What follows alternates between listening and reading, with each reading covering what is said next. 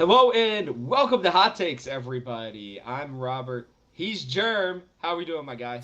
I'm doing good. Another fun weekend. We got the long week break looking forward to now. It's going to be interesting. A lot of time to, for the people coming off a loss, you got some time to think about it, regroup, build up. I think it's going to be an interesting time for the LCS. Yeah, it's going to be interesting because this break, I'd kind of forgotten that it existed. And it is interesting, to say the least. I think there are going to be some teams that will utilize it. I think there will be other teams that are going to stew and, you know, not do so well with it. And then there are other teams, especially in the LEC specifically, that I think are going to, not that this is an LEC show, but I was looking at it earlier, Yeah. that I think are actually going to be at risk of losing some momentum. So Yeah. I am very intrigued to see what this does. I'm intrigued to see if it stays. A lot of people complain about the LCS and everything, like kind of changing things around every year, but I actually think it's good because they're just kind of starting to figure out what they want. And eventually they'll solidify it. But I'm Maybe. liking it right now. So this is I think a good thing, and I think it's especially good, um, for all the players that went to MSI. Because if you're asking me, I think Evil Geniuses are gonna be real pumped. Like, and I gotta ask you, I guess, with this,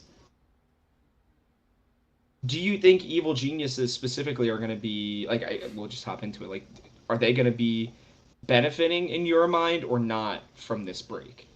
I mean, I don't know. It's good and bad because they're looking so good right now, and you hate to see a Hmm. break or whatever. But they definitely seem like they're the young guns. If anyone can handle the MSI hangover, it should be them.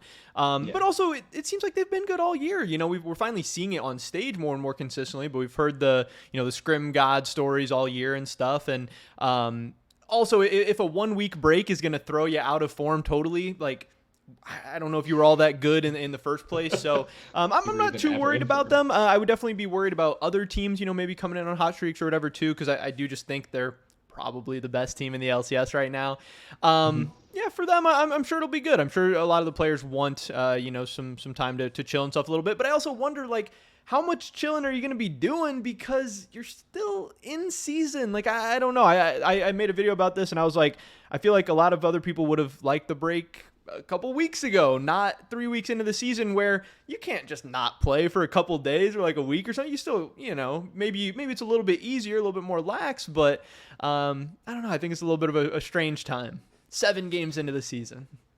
Yeah, it's going to be interesting because I feel like actually the teams that it's going to benefit most are the MSI teams. And my reasoning for it is you can look ahead to that break and be like, all right, if we just gun it out, right, for 7 games, then we get a nice break. And, they probably won't scrim this coming week. They probably will restart their scrims the next week, which means that, they still will probably be required to play like Champions Queue or something Yeah. like that. But, um, just to keep your mechanics fresh, because I don't know that any League of Legends player can really take like a full week off ever during the season. Like, I'm sure they Right. do during the off season. I actually know that some of them Yeah. do, but um, yeah, I'm really intrigued honestly because like this Evil Geniuses team looks unbelievable. I like almost truly. JoJo has a bad game. Danny and Inspired picked him up. Danny or Inspired have a bad game. Vulcan pops off for 20 assists, and some or Impact, not something Impact, does his thing on the GP or pops out the Tryndamere or something like that. I mean, it is this team is fun to watch. And I know we talk about it every week, but I mean that slaughter of TSM was just absolutely unwielding, and they had no chill. And then yeah, they looked a little shaky at a point against Golden Guardians, but then they were just like, no, we're better than you. I and they Yeah. just hit that button, and it's like this break to me is going to be great for them because they're coming off another 2-0 weekend. They have not lost their confidence whatsoever. Their one loss was to a CLG team that was literally sunfire hot at the time. Obviously it's cooled down Yeah. since, which we'll talk about. But yeah, I just don't, I was wondering if there was going to truly be like a number one team in the LCS. And right now, I just think that it's them and then everybody else. And I feel like that's a good thing for the LCS because even the rest of the teams are really not playing all that badly. It's just that this team's playing really well. Yeah, no, I definitely think it is a good thing. I think that's been kind of my case for forever in the LCS. It's like, hey, if you want to go be good internationally, you're probably going to have to be pretty good in your domestic league. Like, are we really going to go from, the struggles of international tournaments over the last couple of years to all of a sudden, oh, we have 3 good teams? The odds are we're going to have 1 good team to start, and then maybe, we'll trickle into the rest. And I do think it's good that they're looking very good, because I think there are overall some good players and teams in the LCS. I don't know about there's a whole lot of consistent greatness going on in the LCS right now, but there is some talent. There is some teams and players individually doing some things well. And this EG team, we've seen it at MSI. They took down T1, didn't drop any games to lower tier teams. The Big Black Eyes, the 0-6 to G2, which doesn't really even make that much sense because G2, now we're seeing like they're not like an elite level team. And most of the games were pretty close. Yeah, it's not like they were just getting slaughtered. Right, yeah. I don't think they would go 0-10 if we ran it a couple more times, as crazy that is to say. But the CG team has a high ceiling. I think they're getting better. They're clear development from spring to summer. They were already the champions. That's exciting. They're fun.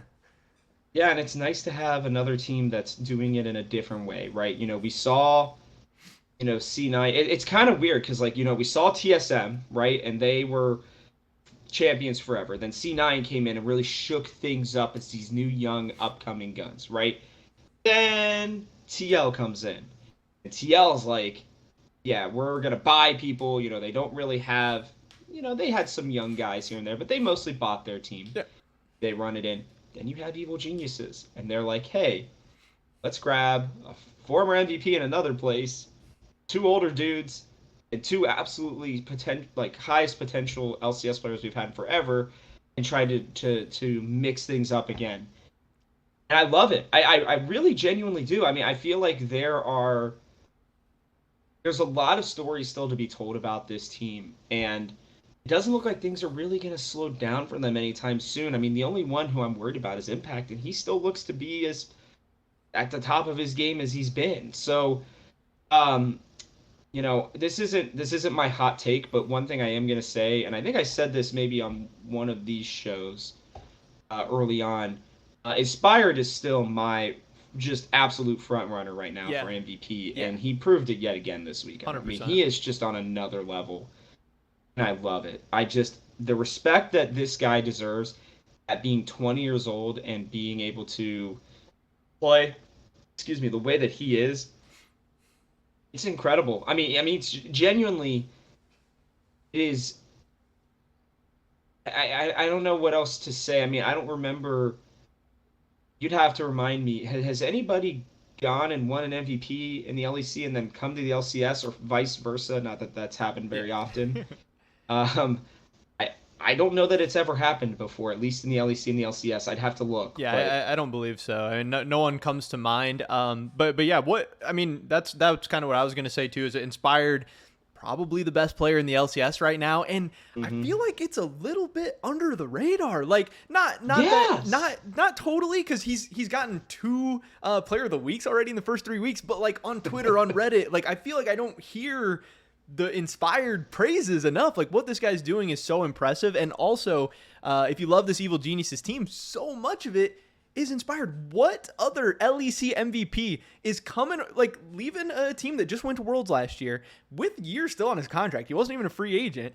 And pairing up with a North American rookie mid laner, there's nobody that's doing that. Like, there's some kind of like madness or craziness or whatever to it. I think he's absolutely played a crucial role in the development of JoJo Pune. Obviously, JoJo at times last year very, very rough. Had to be extremely frustrating. Can't imagine what some of those early scrims and stuff look like.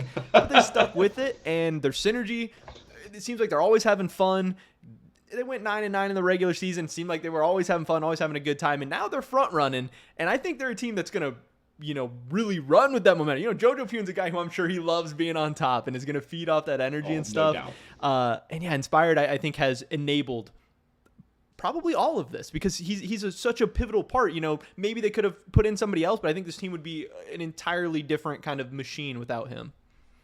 And the crazy part is they could go 3-8 for the rest of the split and still match what they did last split. So Yeah. Not that I expected that. Right. I mean, Yeah. that would be a pretty epic collapse, but yeah, I mean, it is just again so hard not to gush over this team. I truly feel like this is the most interesting North American team, at least for me, since maybe when Double If reunited with Bjergsen in 2020. Yeah, and I know that's not too far ago, Yeah. but considering how things go with splits and everybody switching things up Yeah. It and seems like around, forever. I love this team. I just do, and I really hope that they continue to find success. Under them, though, we have them in their own tier. They're in the S plus tier. Under them in an A tier. I'm not even gonna give another S because I don't think there is another S team right now. Yeah.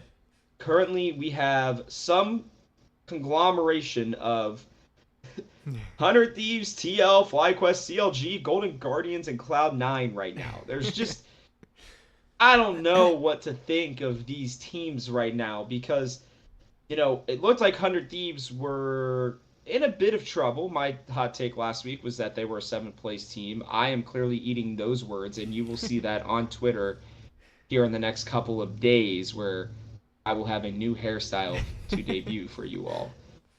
Thank you, Jerem, for that one. I can't wait to hear what you came up with for this week. This is the first time I haven't known the punishment at all, by the way, fun. this week. Oh, God, I don't know what I've agreed to yet. I better. I'm still going to give a hot take. I don't care. There no we go. fear. There we go. But, That's in good spirit. I got to be that way. But, 100 Thieves, man, they looked fine. I mean, their win over Team Liquid was boring but good. Yeah, maybe the most painful victory I've ever had to watch. I'm so glad I didn't have to watch that full game. I just watched the highlights of that one because I'd heard how bad it was. Yeah. And the highlights are one of the shortest ones of the week. And not just that, I didn't realize that they didn't start until 25 minutes in, essentially. Yeah, there's nothing. Oh there's God. nothing. That's TL's style, and that's what scares me about this team.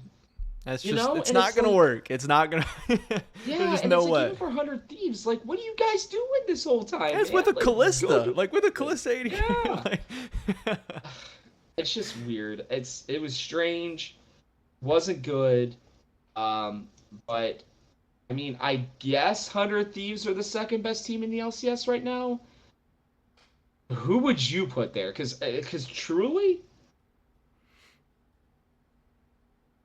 I think, okay, I'm going to say it. This is my hot take for the week. As of right now, I don't know if they're the second best team, but they're definitely the second best team in my heart currently. FlyQuest looked fun. They looked awesome. Takui is absolutely a dark horse MVP candidate for me right now. Johnson looked outstanding this weekend. And Jose Dioto looks kind of like what I thought he would when he initially came into the LCS. And Philip had a great weekend. So it's like... Yeah, that's what I was going to say. Philip looked like really good. Multiple solo kills. They gave him comfort. He played well on it. Aggressive champions. Like, I'm going to be honest, there's a world... I still got to get this together, but I might be convinced to put FlyQuest in at second place on my power rankings right now. So that's going to be my hot take of the week. Yeah, no, I think there's definitely a case to be made. Yeah, and FlyQuest has definitely been impressive. After this weekend, I was going to say, at least for sure, I know there's been some talk of CLG. I was saying, hey, they're way above CLG in my eyes at this point.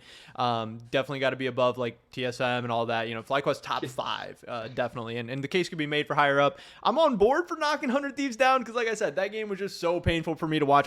I cannot, in sound consciousness, give any like positive points to either team from that game for anything that happened. It was just so disgusting to watch. Like, not only in terms of like entertainment, because that's what this still is at the end of the day. It's a high level competition. It's also entertainment, but also just knowing that will never work. And the fact that you're not even like willing to take risks and try something like that just shows, hey, we're just playing to win an LCS regular season game.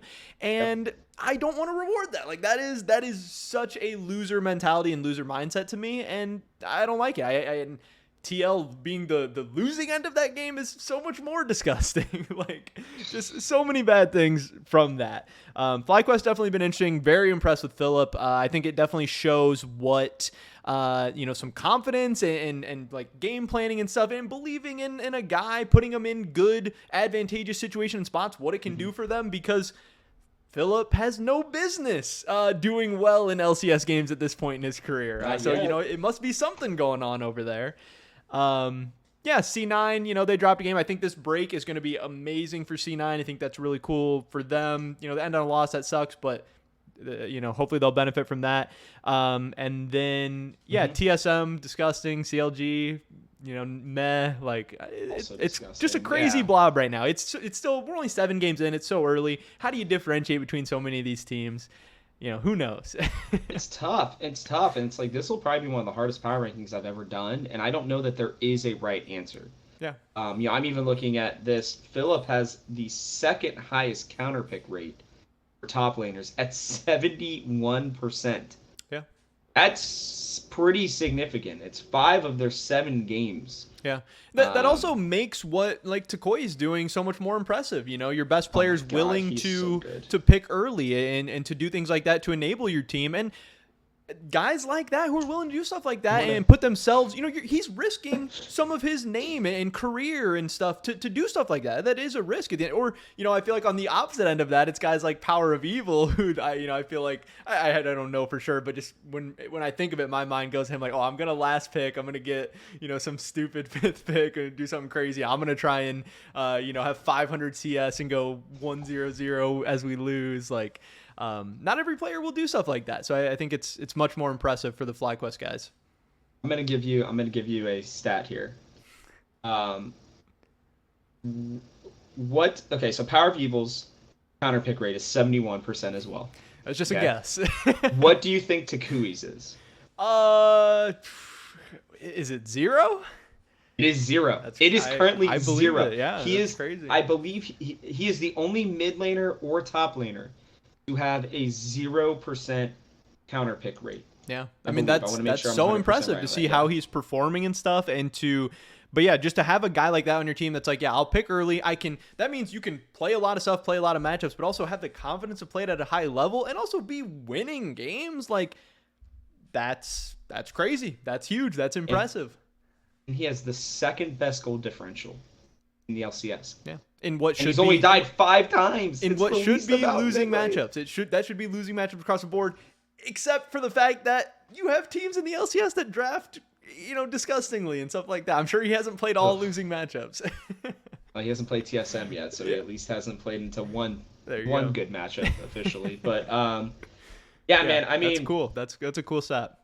It is a cool stat, and it's just like, it's why I get excited about this team, because the more and more I was researching this weekend and rewatching some of the games, I'm like, oh man, like, this team's like, I was sleeping big time on this team, like, because their early games had been so good. I was worried. I was like, man, I don't know if they're gonna be able to figure it out in the late game and everything. And all it took was just saying, hey, Philip, play some really good engaged stuff. Play some champions that you feel immense amounts of comfort on. Next thing you know, they're just popping off. And honestly, like, this is what FlyQuest envisioned. This is what they wanted when they picked all these players. And if you're telling me that, because I know I said this on Hot Takes episode 1, if you're telling me that they're not absolutely thrilled with Philip's development within 7 games, I don't know what to tell you. I mean, this guy is he's not great yet, but is he already probably as good or better than Kumo in my eyes? Yeah, he might actually be, which is pretty great, because I don't think they expected that this split. I mean, they straight up, actually, I should say, they straight up said they didn't expect it. According to, I believe it was a Zale on one of the dive episodes. So, I really like what I'm seeing from them. I really love the fact that they are playing fun, interesting comps and really actually pushing the limits a little bit. But we have other teams we gotta talk about. I love gushing over players that are doing cool things Yeah, and playing well, and I think Takui is such a cool story. definitely. I just love what he's doing right now. Let's quickly talk about 100 Thieves and TL. Let's just get them out of the way. TL, congratulations. You lost a terrible game, and then you did beat, I think, in a relatively fun game, CLG, which was good. Yeah. It was good to see them pick engage. Erickson and Bwipo looked awesome. Hansama looked great. Like, this was a far cry from we're going to sit back and scale. This was, hey, we see changes that we need to make, and they made them. So I will give TL that credit. They should have made it in the 100 Thieves game that they could have easily won with a little bit more aggression, but whatever. I guess that just didn't cross their minds, and they're like, hey, like, let's just let Warren run us over at some point with Someday, who's one of the best Warren players in the LCS. Sounds cool to me.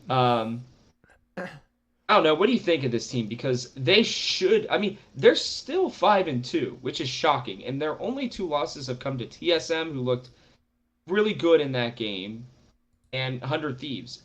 The crazy part is in both of those games, Jerm, I don't think that Team Liquid had more than maybe 3 kills.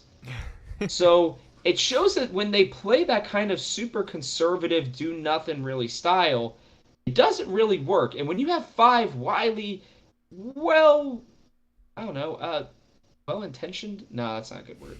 Just intelligent individuals on a team. I just don't know how you let that happen. So I don't know, where do you see them? Because I'm very confused with them. Yeah, no, they're just extremely frustrating to me. I know they tried saying it in like the 100 Thieves game, just a weird draft and stuff like that. I don't really think that that's a great excuse for why that happened. I think even with a bad draft, I would like to see you, go down with a fight or something maybe. But yeah, in their wins, they've been fast and dominant. Like in their win, I would guess they probably still have the fastest wins of any team in the LCS. But yeah, their losses have been random and weird. And yeah, they're just too talented to be, having these off games or off weeks or whatever. I mean, last week, yeah, they beat FlyQuest, but a game that you're not going to win most of the time. So they could easily have a worse record right now. Yeah, testament to them for coming back in that one. Mm-hmm. Yeah, I think it was cool that they beat CLG. I definitely don't think CLG, is maybe what they were in week 1 or anything like that. But yeah, at least when they're winning, they're dominant. They are front running very, very well, but I don't know why they're not able to, show up in the big games and the big moments and like fight through some adversity or whatever. I don't know if they get comfortable, if it's just LCS regular season and they're a bunch of veterans. I think you would maybe have that excuse if you did more in the playoffs last split. I don't know. Like, they have every reason to be hungry. They have a lot of players that have a lot of things to prove, and they're just not. And that worries me. And all of a sudden, they, are at risk of maybe not making Worlds. Like, there's a long way to go. Who knows what's going to happen? But they're not a Worlds lock right now. And that not anymore. That should be concerning. This is what, the most expensive LCS team ever? Like, what's going on? Well, and they can make excuses for their draft all they want, but you could argue, oh, maybe they don't have engage. You have Udyr. He literally runs at people. That is his whole thing. You have Callista, who can throw a Renata in, who can ult them and make them fight each other so that you can go into them. You have the most busted mid laner in the game in Corki on one of the best mid laners in the LCS. Then you have Gangplank, who scales as well as anybody. Yeah. Like, there's no reason they should have lost this game. None whatsoever. Their draft, I actually prefer. I mean, we got to a point where FBI was playing, I think, the first Aphelios game in the LCS. I know he's been banned here and there, but... Yeah. Not S tier. No. And it's just... It's, to me... I mean... It went to 5 dragons. Like, it's not like they were even dragon stacking on any of these teams. Right. I mean, in a 30, what was it? I think it ended up being a 32-minute game. But in a game where it was nothing for 25 minutes, TL couldn't do more than get 2 towers. What are you hitting the whole time? Are you just playing Farming Simulator? I mean, that's just... I see no excuse there, in Yeah. my opinion. I It's mean, hard to form an again, opinion. My biggest criticism probably for the whole thing too as well was, last week we are talking about how Abadage is struggling a little bit, has some of the worst laning stats in the league, and then you pick Udyr Corki as your mid jungle matchup when you have Bjergsen Santorin into a maybe struggling mid laner. That and seemed a little bit weird to Oriana, me. Yeah. we've also barely seen any of. Yeah. But you also just Sure, didn't you she's didn't safe, put but any pressure on it. You just get him through the lane phase, and then guess what? He and his whole team are known for their like mid to late game team fighting, and they did that, which TL should probably be able to go toe to toe with them with as well, and they absolutely. didn't. But if I'm looking at those two teams, I'm like, wow, 100 Thieves has a hole in their early game that they've been getting punished by, from other teams, and I don't know. I like the things in pieces. I've heard people be like, oh yeah, Udyr's kind of underrated right now. He's pretty good. Oh, Yeah. Corki has been very, very good. E.g. Jojo Pune. He's been popping off on Corki. That's fine. But you also got to look at the team you're playing a little bit, and you got to look at the matchup. Like if there was ever a LeBlanc game that I would have loved to see from Bjergsen, I don't know about the bans and stuff, but I'm just saying, I wasn't like, Bjergsen locked in Corki. I wasn't like, oh yeah, now Abadage, you're in trouble, buddy. Well, and the funny thing is, Oriana has been picked twice. And that was the first win. So I'm sure she was probably used by, I'm going to guess, without looking, I would bet money that it was Power People. It was. That would be It my was. guess. But, yeah. it's like, I just don't get it. Like, these teams are picking weird champions. I do want to save time at some point here to talk about my good friend Nar, which I'm sure you saw my tweet about that.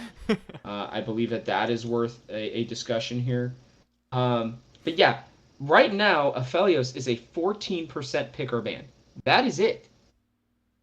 And you lost to Aphelios Lulu? Like, come on, man. Like, yeah, but he's get I mean outta here. he's a freaking demon in the late game. Like that champion is For disgusting sure. later on. And For I love the sure. meme right now that like every LCS team is picking Callista, and then they're like, oh, we got a 1 dragon 10 CS lead, and then we just lost. Like that's like every like It TSM's is. picked Callista a couple times, and yeah, it's weird. I know She has a Sven talked about it. He's like 17% win. Yeah. She's one of six. One of yeah, six. no, I That is believe it.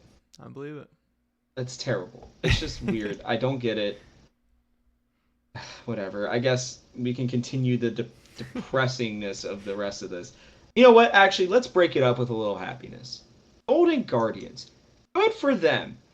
They seem like a fun, interesting team. Obviously, they stomped Immortals, which shows, hey, at least they're not bottom three, probably. Good for them. Maybe. And they honestly took it to Evil Geniuses. At one point, they were doing really well, and then they just kind of forgot how to play the game for a little while, which was strange. But I want to talk about this comp because I think this might be one of my favorite comps of the year so far, other than who played Yasuo as an Ole. Yeah. But Blaze Olive on Yone, Licorice on the Sejuani, which seems to be coming out a little bit more now, which I like and don't like. Stixay on the Senna, Ole on the Yasuo, Bright Stalker on the Zac. This comp just looks so fun. But why are we putting Ole on Yasuo? Yeah, I mean, I just assume that he is the better of the two between him and 6A. That I mean, I that's what I would hope. Yeah. I don't really know why else. We've seen a couple other support Yasuo's throughout the world, so it's not like totally unprecedented. But I know the casters are talking about it too. I definitely understand. Comp was fun. I wonder if we could have maybe dialed it back a touch, and if it would have been a little more effective. Also, like everyone's been saying, Kane. How were you ever going to stop Kane in that game? And Inspired being able to pull that out and doing what he did. Like, Red Kane is so disgusting against them.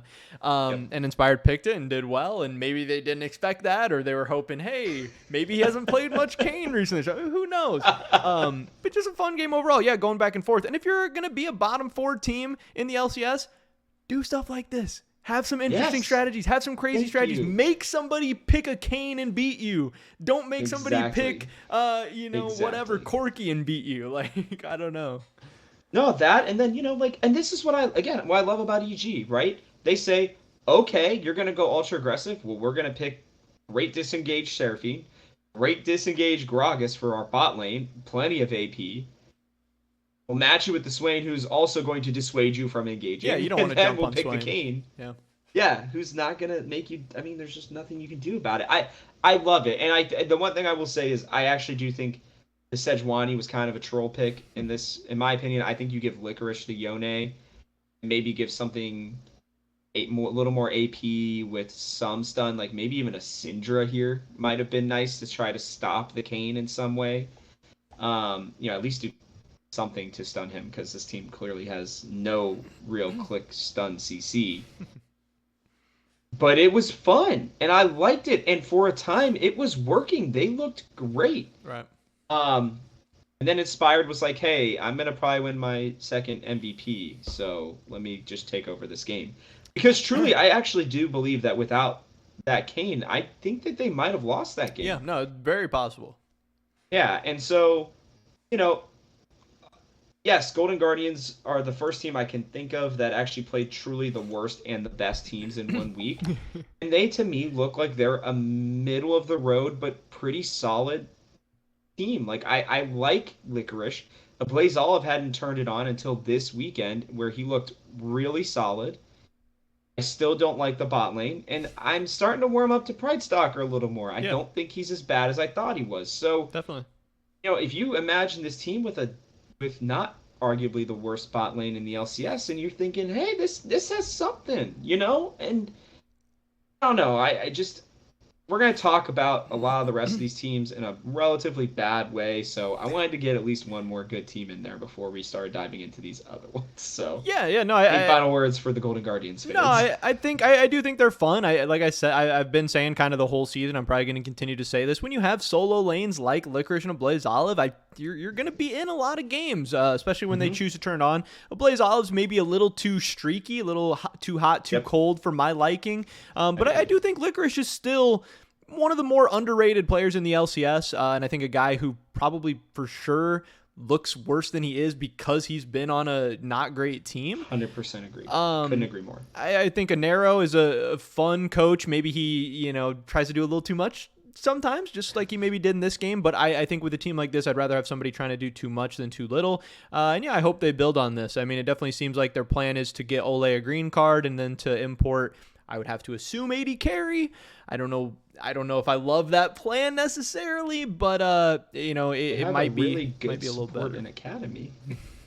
Yeah, his name is Chime. Yeah, no, I've been calling for Chime to come up, but if they were about to bring him up, I don't think they'd be going through all the green card stuff with Ole and all this and talking about imports and signing leader and.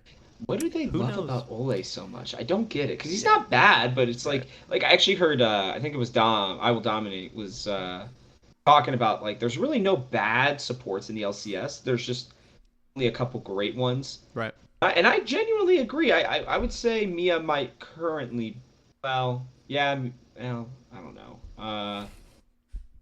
Ignores looked pretty terrible almost the entire split, but yeah, those two are probably battling it out at the bottom. But yeah, I mean this team with a better ADC, and it's not that 6A's been bad. He's actually been relatively strong.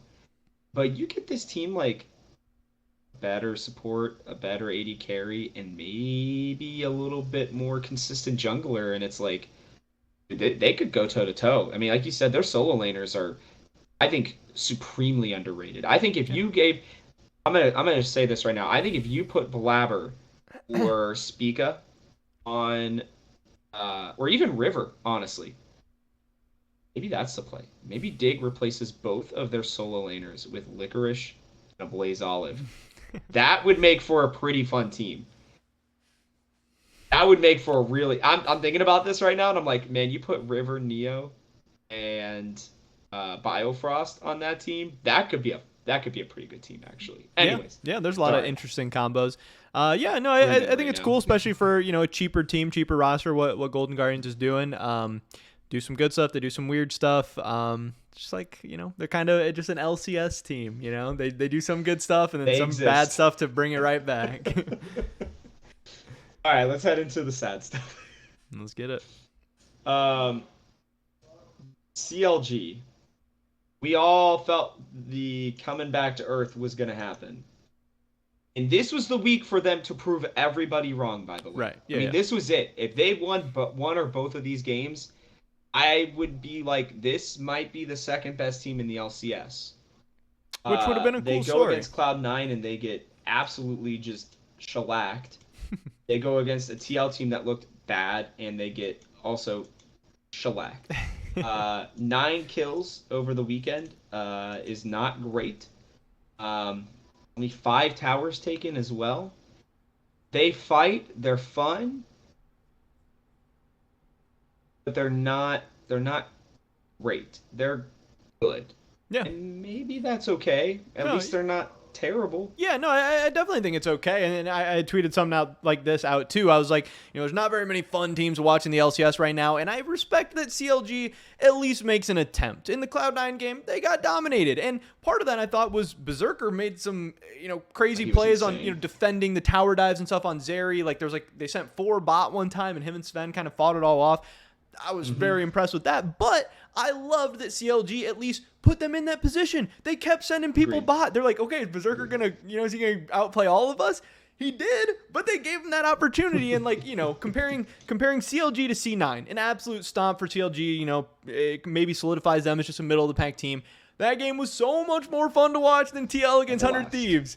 That Yep. I respected at least, and it was cool. And yeah, Palafox, he's probably not that good, but he's gonna go down there and he's gonna try. And he's looked solid, actually. I mean, this is by far, I think, been Palafox's best split. Yeah.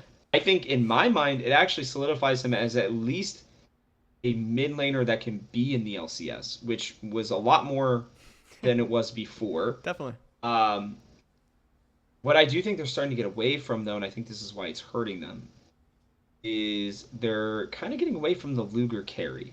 Yeah. They're trying too much for Dokla carry, for contracts carry, and it's like, when you start losing, you got to go back to your tried and true, and that is Luger for me. I mean, I'm sorry, but I just think that you lose this game to C9, and then you go out and what did he pick? You have him pick a Callista into a Zeri Rakan. Now I can't remember which one was picked first, but regardless, that ain't winning. And then you pick the Amumu, who's a cool idea for sure. Yeah. No doubt. I love Amumu support, and I especially love him with Callista. But you look at the rest of this team, and it's like, who are you throwing him into outside of the meat grinder here? And you're throwing him into a champion like Zeri, who is about as slippery as they get in terms of being able to get out of stuff. So, I would love to see them really refocus on getting him on some hyper carries. There are plenty of them that are available right now, and I think that would help them maybe to even some stuff out. Because, again, you can't, if you want to be a top team, you can't have a weekend where you get, what did I say? How many kills was this? 4 and what was it? 4 and 5. So it's not terrible, but 9 kills against 2 really good teams. You're not winning any of those games. So I don't know. It's cool. I'm still happy for CLG fans because guess what? You're still not terrible, and that's good. And your win against Evil Geniuses was fantastic, but I think you just caught them at a bad time. Or one bad game of the year, and I think CLG they just still aren't there for me. So we'll see. Yeah. Maybe I'll be wrong about that, but that does head into one of our last couple teams that we still have to touch on. Cloud9, great win over CLG. One that I thought, okay, this team has got it going on. This is the start of something great, and then they go into FlyQuest and they're like, how do we play League of Legends again? Right. What's going on here? I really need to check this Yasuo win rate because he's just looked real not good.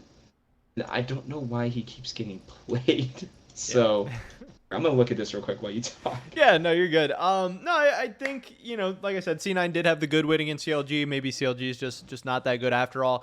In that game against FlyQuest maybe a little bit better than we thought. And I still think C9 is on maybe at best 2 full weeks of practice. I think some of Yeah. the stuff is going to happen. I like that they are still willing to do some interesting stuff like Yasuo Gragas or whatever, and maybe sometimes it works, sometimes it doesn't. Also, overall, FlyQuest probably not a great matchup for the C9 team right now. That's Aframu against Sven on his second week of support, and we saw Sven making some mistakes and FlyQuest being able to punish that. Aframu still, really, really good, really impressive, and yeah, Sven and Berserker maybe not ready for that right now. But I still think, the sky's the limit for this team. Maybe they will never reach that potential this summer, but definitely not ready to give up on them after, Sure. 2 bad weeks or whatever, especially when they're in the clump and no other team is really standing out of that clump. If you're in that mix and you get into playoffs, then you got a chance. Now, if 100 Thieves rattles off a crazy win streak, if TL rattles off a crazy win streak, maybe C9's in trouble. But if everyone looks bad and C9 is maybe the one team that's actively getting better when all the other teams have had a whole split or whatever together, I still think that's a fine position to be in. And I do still think that they're fun to watch. I'm ready to tune into their games at least, which is something that the LCS needs. Even if you're not going to be good, at least be interesting. That's where I'm at. It's a great quote. And what I will say about this team is I think if there's any team in the LCS that's using the regular season as practice for playoffs, it's this team. Yeah. They're going to win plenty of games. They're going to finish in the top 6 almost. I would put a lot of money down that they would, so they get that double elim. Yeah. And if I'm any team but Evil Geniuses, I don't want to play them. And even Evil Geniuses may not want to play them in the first or second round of the playoffs. They will scale up. This is a team that will scale. Like, people forget, yes, Jensen is a vet. Yes, he has played a bajillion games. But he's playing with Blabber for the first time in a cup, maybe ever? Wait, did he play with Blabber? No, yeah, they did. They played a little bit together. And okay, it wasn't for very long before he went to TL, though, right? So you got him really realistically playing with Blabber for the first time, definitely playing with Fudge for the first time, definitely playing with Berserker for the first time, and most assuredly playing with Sven for the first time. So there's a lot of first times here, right? And again, Sven has probably coached Berserker, but never really played with him. Mm-hmm. It's really just Fudge and Blabber that have played together. So, and not even for realistically that long either, which is, I consistently just love Blabber, man. God, this guy is so good. Yeah.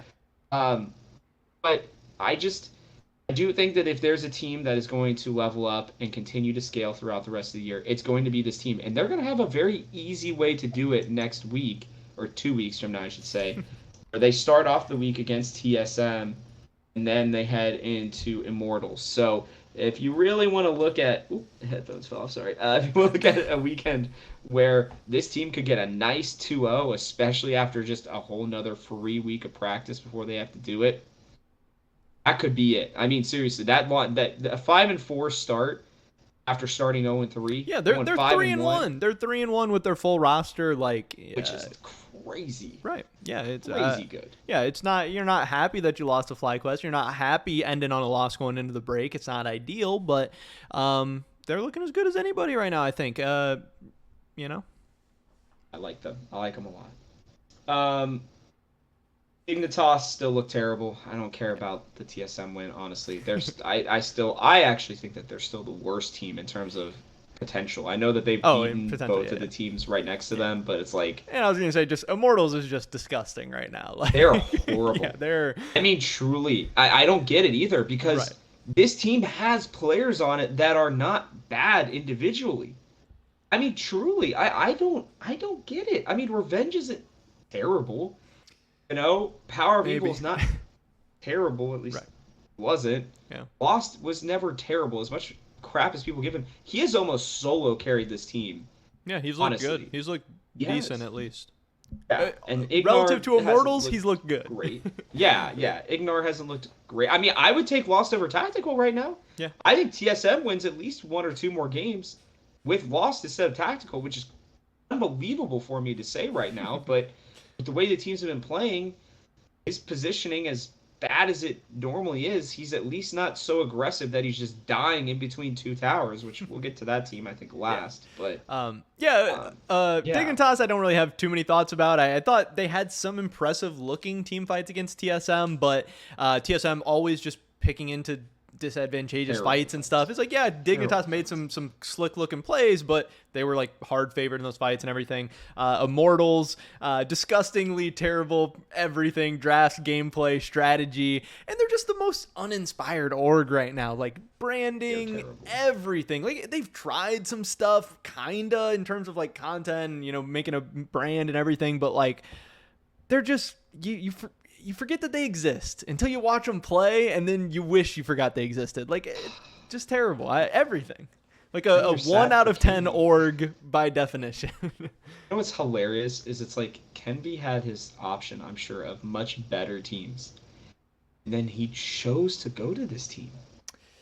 Yeah, I don't know. I feel bad because like I know people in Immortals and they're good people, and I know they believe in what they're doing.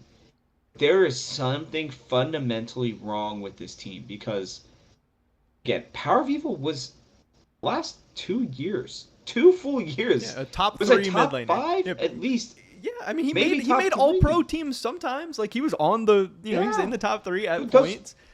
Both the year, no, 2 years because with TSM he was good. With FlyQuest he was definitely good. Right. And even with Optic before that, he wasn't bad. Like he was solid, and even with CLG, he was fine. It's like and when he came from Europe, he was good. Like I mean, he's never been bad. It's just like right now, his picks are weird.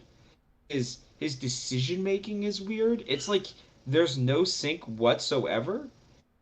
Yeah, and I don't know. I really don't know what you do with this team right now because there's not really a plan. Like Kenvy's the only like future piece realistically on this team right now. And there are going to be teams blowing things up. Yeah, and this what is he getting out of? What is Kenvy getting out of this split? It's like, oh yeah, he's a future piece, but like, is he developing this split? Is this good for him? Like, and I know you said, hey, there's something wrong with this team. I'm not even gonna say there's something wrong with this team. There's something wrong with this org. That's what I'm saying. They can be good, nice people, and from my experience, that's what I've seen too. You know, I saw some of them at LCS finals. Seemed like they were fine people. They were having a good time. They were smiling. They were interacting with people positively. Mm-hmm. But that doesn't mean that you're doing good things. You're not making good decisions. Right. It sucks to say that, and that's what's so weird about something like esports, where it's small, it's tight knit, and we get in these vacuums of like, oh hey, I like those people. Those people are nice. Like I want to say good. There is something majorly wrong, top to bottom, in this organization because the LCS, especially the mid to bottom tier teams, do a lot of things wrong already. If you are standing out in a negative way in that group, you have to be doing close to everything wrong. And this is on Rift, off Rift, like this. And I know they've had a lot of turnover and stuff, so they are kind of starting over all the time. So it's hard to be like, oh, they need to blow it up. They need to start over. They're already doing that, not even by choice. Yeah, and they're still not getting it right. It's ugly. They bring on, it feels like. I know. It's like so there's some teams in like Europe that I like talking shit about. Like, oh, Astralis. I like making fun of them. They kind of go back and forth with people on Twitter. Like Immortals, I don't even have that because they're like so nothing. I don't know. It's weird. And it's sad because when they were coming back, everybody was hyped. Like it was like, oh, it's Immortals. They're back, right? Yeah. Like. They go from Worlds to not existing to coming back. Right. And they should have been back probably the first time.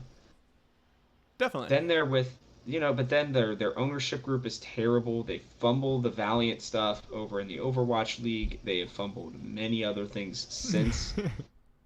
I believe it was MIBR and CSGO that they also have not done great things with. And to me, it starts at the top. Now they have gotten a new, I believe it's general manager or president or like somebody very high. General manager or something. Yeah, and I've heard that this guy really cares and seems to know what he's doing, so I'm going to trust the process in terms of him trying to restart and hopefully they'll keep him and let him fulfill his vision at least. Maybe. But yeah, man, I mean, this and this is saying a lot considering the train wrecks that are at the bottom of the LCS. That's what I'm saying. They are the ultimate current train wreck. Yeah. That's saying a lot because this next team we have to talk about is the one that I ranted on for way too long. I'm gonna let you talk for a while so I can hear your thoughts before I just lose my mind with this TSM team because I just can't right now. Yeah, I mean it's crazy because this is what I had said. It's like this team, and the Parth tweet was kind of perfect. I've come to, I don't know, Parth's kind of weird to me over the last couple of years. He's starting to say a lot of weird things. I don't think of him maybe as highly as I once used to. But Parth, he tweeted something out that was like, I'm sad. I don't even want to watch this TSM team anymore. They are consistently worse than the sum of their parts. And that's absolutely the truth. It's not this split. It's not last split. It's probably last year and maybe even a little bit further back than that this team consistently is, worse than the sum of their parts. They have interesting players. They have things that should work. They've had some of the best players in LCS history on their team and have largely underperformed. And, TSM hater me or whatever you want to say, like it's fine, but I am happy somewhat of the fact that my whole thing this offseason, where this all started, which is so weird, the rabbit hole we've gone down this season, was I just hated what they did this offseason. It made no sense to me. I thought they were taking just weird risks that were maybe high risk, low reward. Didn't see the vision. Maybe it pans out, maybe not. And it's just, not panned out in almost every way. You spend over $1 million on Kaido and Shenny. Shenny hasn't even played a full split yet, and probably at this point will never play another game in a TSM jersey. I don't know if that's a hot take or not. Yeah, they just look so uninteresting. They're one of, from what Reggie claims, they're still a top 5 spending team in the league, and to look like the bottom 3 team right now is pretty disgusting. I think they have, like I said, if you're consistently underperforming what you're putting together on paper, this team's good. Spica, Maple, Tactical, these are good players. And the fact that they can't put it together, that is an organizational issue. Whether it's environment, coaching, management, a combination of all of it, something is very, very wrong. And I don't hate the players on TSM. Tacticals, I have enjoyed Tactical. He's fun. Spica, one of my favorite players in the LCS. Maple has been very fun to watch. But there is some joy in seeing some of those people go through this stuff because they were not always the best front runners. They kind of talked down to people. They kind of talked shit to people. And even throughout this year, they've been a little bit nasty to people here and there. Say what you want about my situation, but to other people as well. And there's some kind of, there is somewhat an amount of joy in the whole situation, even though I think overall it's bad for the LCS. I think the LCS is better when TSM's good. Still, I don't, there's some part of me that doesn't want to see this like group of everything that's going on succeed, but I think they should. On paper, I thought they were going to be better this split. I really did. I'm glad that you said all that because that's how I felt too. And listen, even as a TSM fan, you got the hat arrogance. Yeah, I mean, there's first time, by the way, on hot takes I've won. Yeah, I've been trying to not display my bias, but this was the closest one to my head at the time. So here's what I'll say. I want this team, because I actually said this, and this will be coming out in the Thursday episode of Talking TSM. I recorded that earlier today, and I stated the same thing. Like the LCS, it's better for the LCS for TSM to succeed. Period. And what I find hilarious is that people are like, oh, they don't spend, they're not trying, TSM wants to give this up, blah, blah, blah. Go to the TSM subreddit, a place where TSM reps are there very constantly. Every player, everybody. What is the majority of posts about? It's not about their Valorant team. It's not about their Rainbow Six team, which is great. It's not about their Apex team, which is great. Not about even their new Fortnite people who are apparently very good. I don't know as much about that one.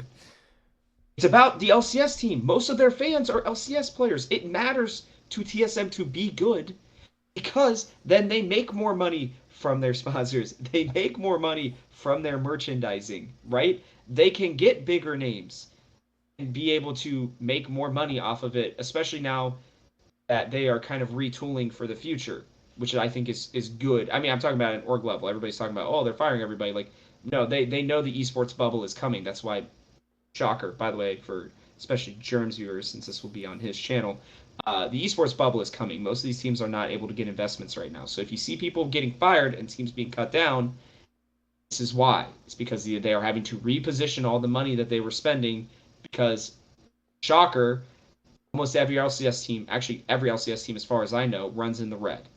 They do not make enough off of either their winnings or just off of their jersey sales of those players to justify having the teams right now. They make it off of their sponsors and everything else. TSM have to find a way to be good. And I don't think that this group, I don't think any of these players are going to be the ones to do it. I actually went so far to say as I think there are 9 players on this team that will not be there next year. I think Soul will be the only one who they keep. He may be the sole survivor, pun intended. What happened this weekend? I don't even care about the Evil Genius this game personally, and they were going to lose in my mind regardless. Like there was a very low chance of them winning that game. So whether you get pub stomped, or whether you lose barely, in reality, it still was going to be a loss. Sure, would any TSM fan and anybody like you or me prefer that that's a close game because it's making the LCS look better, makes Evil Geniuses look potentially stronger because TSM did take down Team Liquid? Yeah, like, sure. But the Dignitas game is just unacceptable. I mean, truly unacceptable in my mind. In the similar vein that TL's game to 100 Thieves was unacceptable. You just can't have that happen if you want to be taken seriously. And, you know, with the K's thing where apparently he said that he had to file a report for a player being unmotivated or whatever. Yeah. Dude, that's bad. I mean, that is truly bad. We're 7 games into the split. Yeah, it's like how can you just had almost a 2-month break? Right. You're gonna tell me that you're unmotivated right now? And you know how much money these people are making too. Yeah, I mean, I'm sorry, but like there comes a time where these players and stuff have to understand you are an entertainer. You are an athlete. Your job is to play League of Legends. And that's why when I interviewed Soul and I asked him, hey, what do you think about this meta? This is one of the best answers I've ever gotten. And it was his first interview ever. And he says, it's not my job to care about that. My job is to go out there and to learn it and to play. Yeah, 100%. That is the mindset of cool. a winner. Yeah. And that is the mindset of somebody who can win. And TSM right now, at least from what I'm sure you're hearing and what I am hearing, most of those players, I'm not going to name names, but most of them, they do not have the mindset of a winner. But it's totally separate note, and I swear this is because I'm not heard anything about this player in that regard, so I guess it marks off 1. Tactical looks terrible. I mean, he has looked awful. All split, basically. I don't know where he's at. I really don't understand where his mind is at, and I would love to hear your thoughts because it's just like every time I'm looking at a fight and I'm trying to find the AD carry for TSM, he's either in his own world or he's dying because he just decided he wanted to run in the middle of the team. And it's like, dude, you're not playing that kind of champion. Maybe you should try to play like anything else. Like, I don't get it. I mean, he has such a high ceiling, but it's like, at what point is he going to learn how to read a map and to read a situation correctly? Because his mechanics are there. That's not the problem. Right. I mean, he was fighting 3 people in between 2 towers as a Callista and almost won. You know, I mean, that's nuts. If he's not getting hit by a tower 3 times, he probably pulls off one of the best triple or quadra kills in the LCS this split. But, hey, lo and behold, his whole team's over here and he's over there. I don't get it. Yeah, no, it's very, very strange, and I thought that this most recent game was a big one for him. You know, he's on Callista.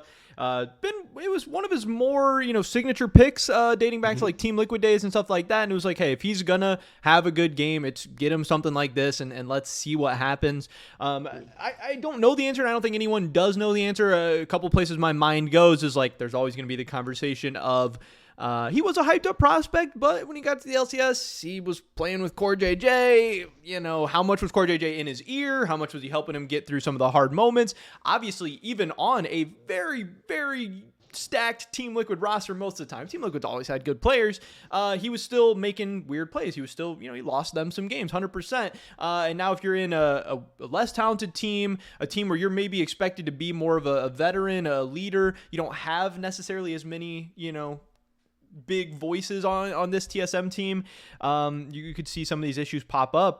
But yeah, I mean, you don't want to make too many excuses for him because this is, you know, he's been in the league a couple of years now, and he definitely should be better than this. I don't know if some of it is desperation of like, hey, I need to go 3v1 on their red buff here because if I don't, we're going to lose. It's not, hey, I heard all these people talking shit and I know how good I am. Or if it's just, I don't have a clue. I don't know. I hope it's not that, and I don't want it to be that. But yeah, he's obviously a very, very talented player, especially as a resident. You know, we don't see players as talented as him all that often. You know, I think he's a rare level of, talent. And is it a coaching issue? Is it a management issue? It's definitely somewhat him. He is somewhat of the problem, but could different players help him? Could different coaching staff help him? Does he just need to figure stuff out for himself? And what does the future look like for him? That is a huge question for me, and one that I have definitely not decided on yet, but it's going to be a story. Maybe sooner rather than later, but maybe later, who knows? All of TSM, what's happening with this team is going to be a story, right? And I'm going to be genuinely intrigued. Yeah, that was something. So I was watching that game, like with TSM against Dignitas. This was like a conversation I had in my head of like, ooh, Tactical's not looking that good. So maybe he's not TSM good. Maybe he's not, TSM's a team that usually wants to compete for titles, wants to go international. I'm like, oh, hey, maybe Tactical's one of these guys that would benefit from going to like a lower team or whatever, figuring some stuff out. But TSM's a lower tier team. TSM is an 8th or 9th place team. It's like, I have that thought. I'm like, oh, could he go to like a Dignitas or an Immortals or something? And maybe not, because maybe we'd get an even uglier version of him. But also, he's on a bottom team right now. Now, maybe TSM has more stress and pressure than an average bottom tier team, but sure. After last split, this should be stress-free. No one expects you to make it to Worlds. Nobody cares if you finish 5th or 7th. There's not a difference. It's just not good. It's just, he has had to play with a couple different supports. There's a lot of weird stuff going on, but his individual play and decision-making is strange. And we're going to have to see what happens with them, because the one person who I know is on the hot seat right now is Chatli.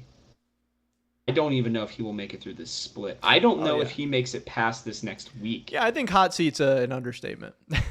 His seat is literally the sun currently. Yeah. He may not have ass cheeks left after this week. I mean, I was part of me is surprised he made it back to summer after a lot of things that happened and all the roster changes they made and stuff. I am shocked too. I am truly shocked, but I think it was his slight connection to Maple and Glenn that probably helped. But I mean, none of it's working, and something has to change. The org has to make a change. And like I said, if you want to hear my full, raw, completely right after the game rant, you can go check that out at the Game House right now, because I have a lot more things to say on it, but we've got limited time. Now, I have given my hot take. We have not heard yours yet. Gotcha.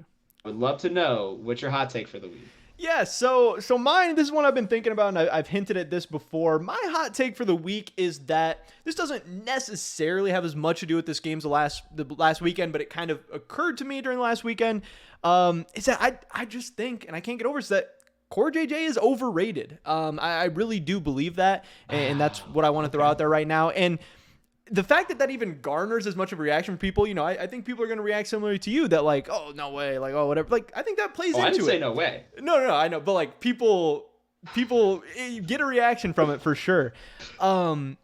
Because the fact that you can't even like criticize him or anything at all. I'm just watching that 100 Thieves TL game and I'm like, okay, TL sucks. And Corejj is now the most senior member of this team. He's a guy who's been there for all this. And yeah, he came and they started off hot.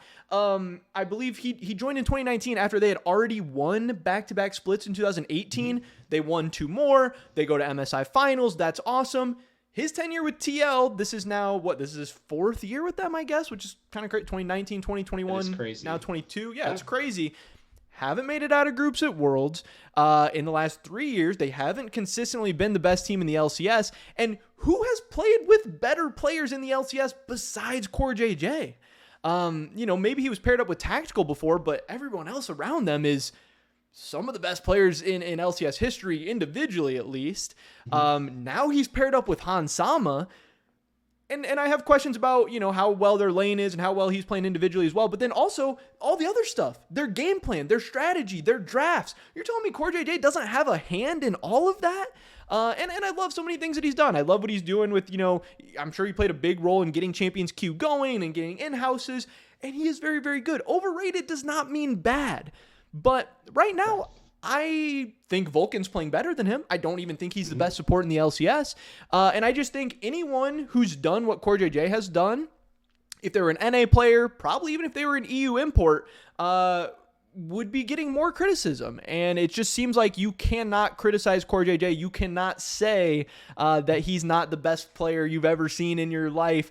And then, some of the best players, I think Bjergsen, Doublelift. I remember, even moments where they had their backs up against the wall or big games or their team was struggling, they made some crazy play. They made something ridiculous. It's Bjergsen on a Kali in 2020. It's Doublelift Lucian in the finals or whatever. His his Tristana with CLG or, these moments and these plays.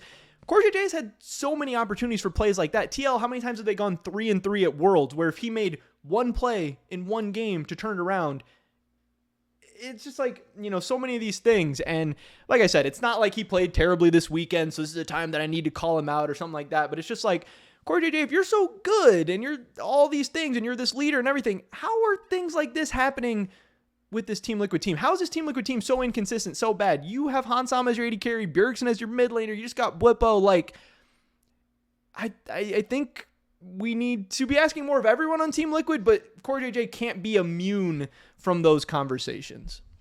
Well, and the one thing I will say is I don't know that I necessarily agree with anything up until this year, because I do think that he has been by far and away the best support in the league, and I think that was always the argument. I never knew if he was really the best player, which is why he's only won MVP once, I believe. Yes. If I remember correctly. So maybe twice. So I will say that I agree with you to an extent. I think this season in particular, this split in particular, I don't even know that he's the second best support in North America currently. I think Vulcan is by far and away the best support currently. I mean, if you give me an all-pro vote, I'm going to go write his name in right now, and I may even just keep it there in pen. So, and this kind of started in my mind when we were in Houston.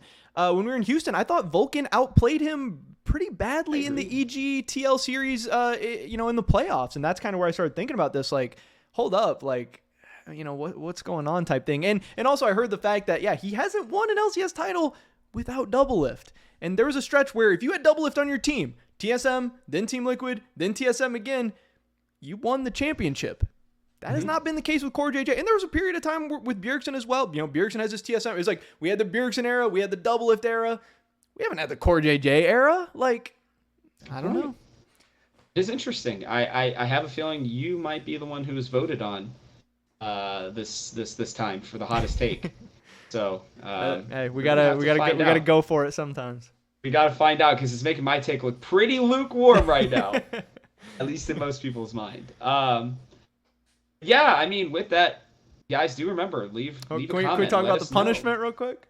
Oh God, yes. Okay, we haven't even discussed that. Okay, it's not that crazy, but I did just want to say it at least. I'm intrigued. What is it? Again, first one, by the way, that I don't know anything about. Yeah, no, you're good. So you're trusting me here. We're going out on a limb. So we're hip. We're cool. We're trying to stay up to date on everything. The hot thing right now, it's the marker on the forehead. We got BB Flockhead pulling it out. We got the ratio from Vulcan this weekend. I'm saying next week, whoever loses, we're going with the other person's name on our forehead for the whole episode next week.